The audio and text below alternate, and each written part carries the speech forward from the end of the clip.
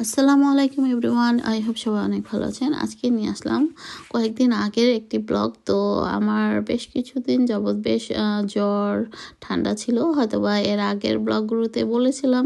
তো আসলে তখনকার অনেকগুলো ভিডিও আমি করে রেখেছিলাম একটু একটু করে, তো আপনাদের সঙ্গে সবগুলো আসলে শেয়ার করতে পারিনি। তো আস্তে আস্তে ভাবলাম যে শেয়ার করি, মোবাইলটাও ভরে গিয়েছে, ডিলিট করতে হবে। তো কতই বার রাখা যায়, মোবাইল পুরা মানে স্টোরেজ ফুল হয়ে গিয়েছে। তো ভাবলাম যে একটু একটু করে ভিডিওটা বানিয়ে বা আপলোড করার পর, কারণ ওগুলো ডিলিট করতে হবে, নইলে আর নতুন কোনো ভিডিও অ্যাড করা যায় না। তো যাই হোক, আমরা সকাল সকাল সেই সেম রোদ উঠলে তো স্বাভাবিক একটু হাঁটতে বের হতে হয়। তো আমরা আমাদের বাসার কাছে সেই বিচে হাঁটতে বের হয়ে গেলাম। তো এই জায়গাটা আপনাদের সঙ্গে তো আমরা প্রায় সময় মানে শেয়ার করি। তো দেখতে পাচ্ছেন রোদ উঠলে এত সুন্দর লাগে এই জায়গাটা, মানে কি আর বলবো। তো দেখতে পাচ্ছেন সোয়েটারও পরা লাগেনি, তো খুব সুন্দর ওয়েদার ছিল। তো বাসায় এসে একটা ওয়াটারমেলন এনেছিল আগের দিন, তো ভাবলাম একটু কেটে নিই, যেহেতু হেঁটে আসছি, এটা খেতে খুব ভালো লাগবে। আর সঙ্গে অরেঞ্জ ছিল আর ম্যাঙ্গোটা ছিল। আর অনেকদিন যাবত ম্যাঙ্গোর মানে ভর্তা, মানে কাঁচা আমের ভর্তা খেতে খুব ইচ্ছে করছিল। তো আজদা থেকে একটা আম কিনে আনলাম, আমটা বড়ই ছিল।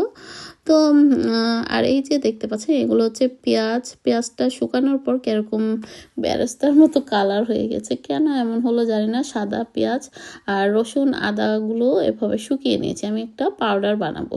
তো পাউডার যখন বানাবো তো সেগুলো আপনাদের সঙ্গে পরে শেয়ার করব। তো এই তো কাঁচা আমটা মানে উপর থেকে দেখতে লাল পাকা দেখতে, কিন্তু ভেতরে দেখেন কেমন মানে খুব বেশি পাকাও না, আবার খুব বেশি কাঁচাও না, এরকম। তো এই আম দিয়ে কিন্তু ভর্তা খেতে খুব ভালো লাগে। আর এই আমটা কিন্তু খুব বেশি মিষ্টিও ছিল না, আবার খুব বেশি টকও ছিল না।